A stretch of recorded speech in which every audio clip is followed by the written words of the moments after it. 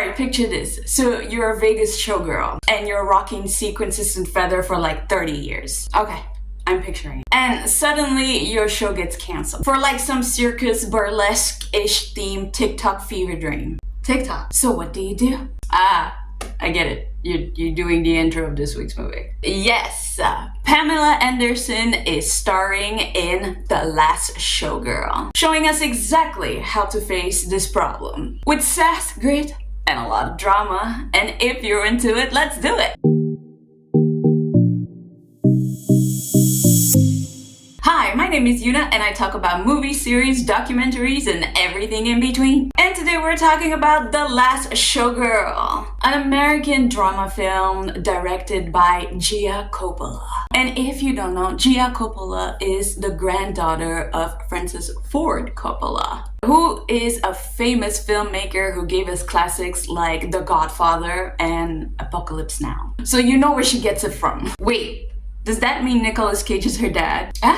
No? Where'd you get that? Francis Ford Coppola is Nicolas Cage's uncle. So that would make him the great uncle, I would think. Are you sure? I'm pretty sure. The screenplay was written by Kate Gersten, who adapted it from her play called Body of Work. And fun fact, this was based on her own experience of going and watching the famous Jubilee show in Vegas right before it closed in 2016. So like I said earlier, the film stars Pamela Anderson and Jamie Lee Curtis, which is amazing in this movie. You don't see her a lot, but she's amazing. And I believe that their performance was so good that Pamela Anderson was actually nominated for a Golden Globe. And Jamie Lee Curtis actually got a BAFTA for this, for Best Supporting Actress. So you know this movie's gonna be good. And let's not forget the supporting cast that were as well phenomenal, which was, if you believe it, MCU right here, David Bautista, Brenda Song, and also Kiernan Shipka. I think that's how you say her name. I actually really like this actress. And for this one, I'm actually going through the whole story, so there will be spoilers, you have been warned. So let's get into it. The story starts with Shelley Gardner, a 57 years old showgirl, which is it just me, or have you been seeing that a lot more movies are centered around like women and, you know, careers and getting old, kind of like The Substance did, or like women getting together with younger men? Like there's a lot of this happening last year, this year. Have anybody else noticed? Because I noticed. Anyways, this 57-year-old showgirl has performed for 30 years in the Razzle Dazzle show, which is a stage show that is actually a classic French style show. Think of like the Lido, French Cancan, Crazy Horse, kind of like that. And of course, it's at a resort in Las Vegas. She's surrounded by beautiful young co-stars, obviously, other showgirls that work in the show with her. And here is where we meet Brenda Song and the girl I could never say her name that I really like, Kiernan Shipka. And we also get to meet her longtime friend Annette, which is a cocktail waitress that used to be part of the Razzle Dazzle show, but no longer is. Eddie, who is the producer of the show, who is played by Dave Bautista, he breaks the news that the Razzle Dazzle is no longer. The Razzle Dazzle is going to close their show in about 2 weeks. And it's due to lack of ticket sales, sadly. People are not watching the Razzle Dazzle anymore. They like this contemporary new neo-burlesque show that has been already taken over basically the most popular nights. Obviously, the girls are startled by this, and the younger one starts right away to audition for new, younger, other shows, obviously, because we gotta keep that money flowing. You know, I can tell you this, that I used to dance and we don't make a lot of money. So when a steady show and a steady paycheck is no longer there, it is on, man. We gotta go to every single audition that there is, because not only you are there, but every single other person that was in your cast is looking for a job too. So you gotta get it going. Yeah. But the problem is, Shelly has been with the Razzle Dazzle for 30 years. But not only she has been with the Razzle Dazzle for this long, but she's also sort of a star in it. She was one of the first girls, and obviously the last, to be part of this thing. She did a lot of like the main act. She's been loyal to the Razzle Dazzle, and she don't really like the new stuff. She's looking at the new stuff, the new, additions that the girls are doing, and she's like, I don't know, it's vulgar, I don't like it, it's not for me. Shocking. Are you telling me a 57-year-old woman doesn't want to twerk? Well, I mean, more or less. It's more elegant than that, but yeah, it's basically that. Shelly also notices that, her latest paycheck is a lot smaller than what it used to be. The show's not doing well, so her salary not doing well. And she starts feeling lost and starting feeling the pressure of like, well, damn, what am I gonna do? So in her depressed time, she decides to call up her estranged daughter, Hannah, which we had no idea she had, because to me she did not seem like a motherly person, even though a lot of the young co-stars that she has with, like a lot of the dancers, that she's dancing with, sees her as a mother figure.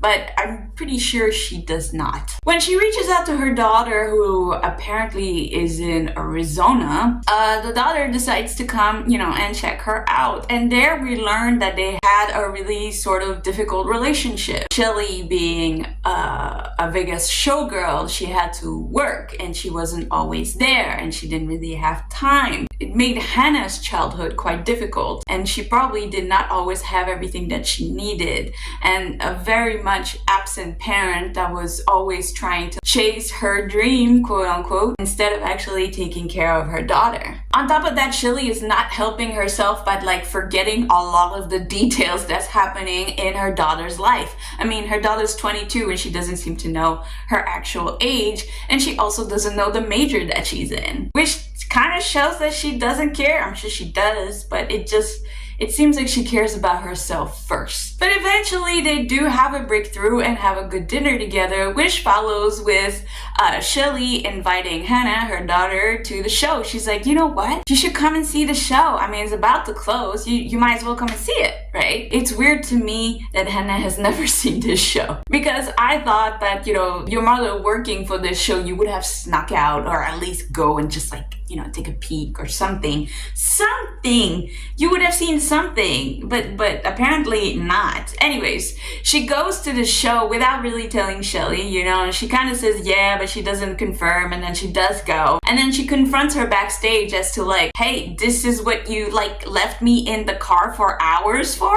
A little like nudie show, with your tatas out there for everyone to see. That's what you did. This is what you did. This is what you left me for. Which I think it's completely fair to say. If I was a 9-year-old having to stay in a car parking lot with my Game Boy, sleeping there because mommy wants to be a big star and she thinks that her show is big. So big that she thinks that they're like American ambassadors, and she tells stories of her taking pictures on the Great Wall of China. Something big, like you're making it sound like you're something, you're making it sound like more wow. And I'm sure that to Shelly, it absolutely is all that and a bag of chips. 100% sure, I am 100% sure that she feels that this is the show and that she's a star in her own way, because it's the razzle dazzle, baby. That's right. But if I come and see your show and I see it's just a little nudie thing that I had to stop and have a bad childhood for, like I'm gonna be pissed. I'm gonna be like, I said, Mom, what the fuck? So Hannah, rightly so, just, walks out because obviously she's angry.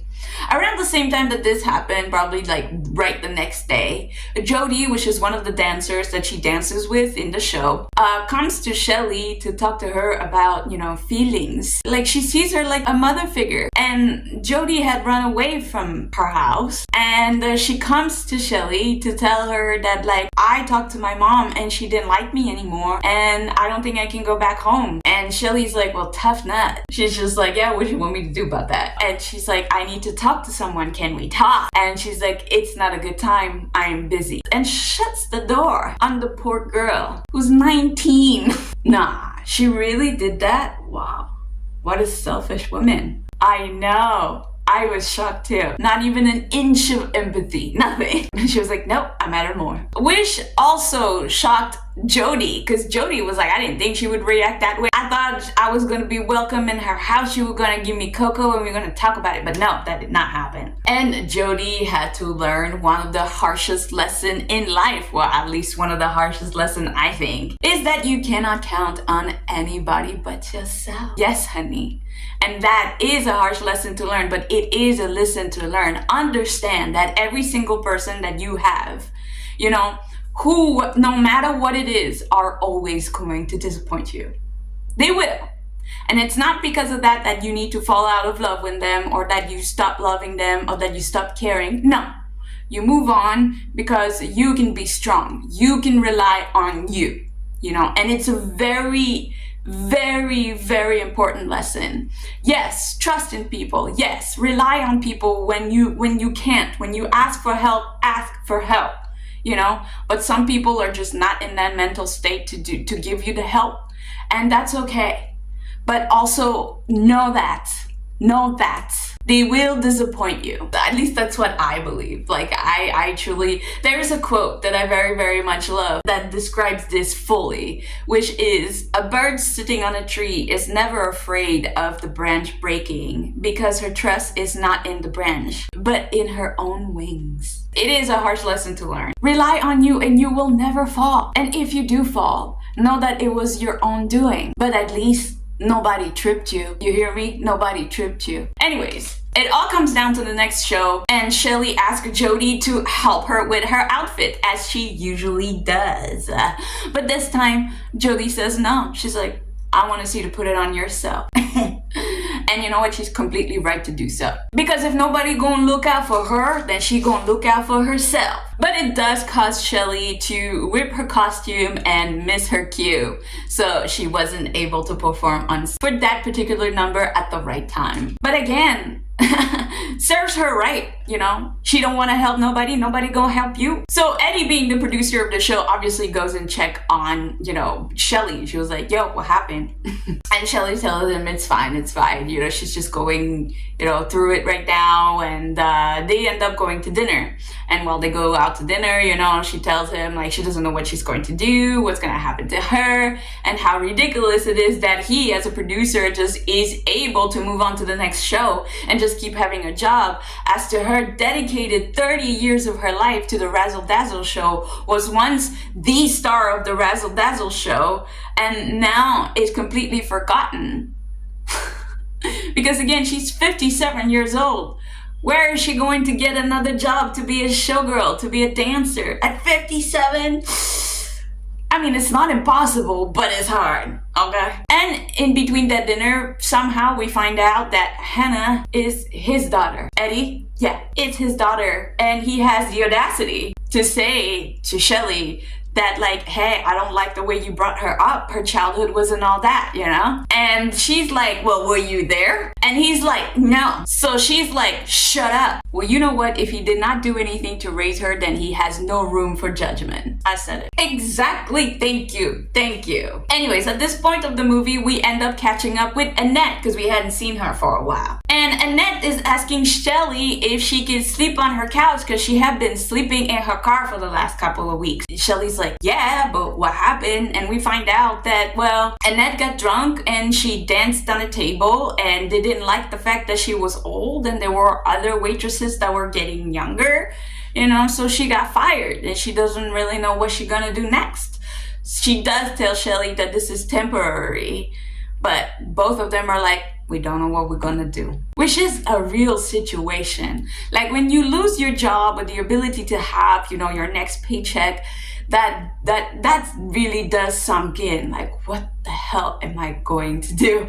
What am I gonna do? It's haunting, it's difficult, and it's so real. Shelly, at the end of it all, does decide to do an audition because, I mean, you know, we gotta do something. She goes there and she had prepared a number, and, you know, she's quite excited, she's a bit scared, she's uneasy, you know, she starts performing, and the director right away cuts her off. And he's like, thank you.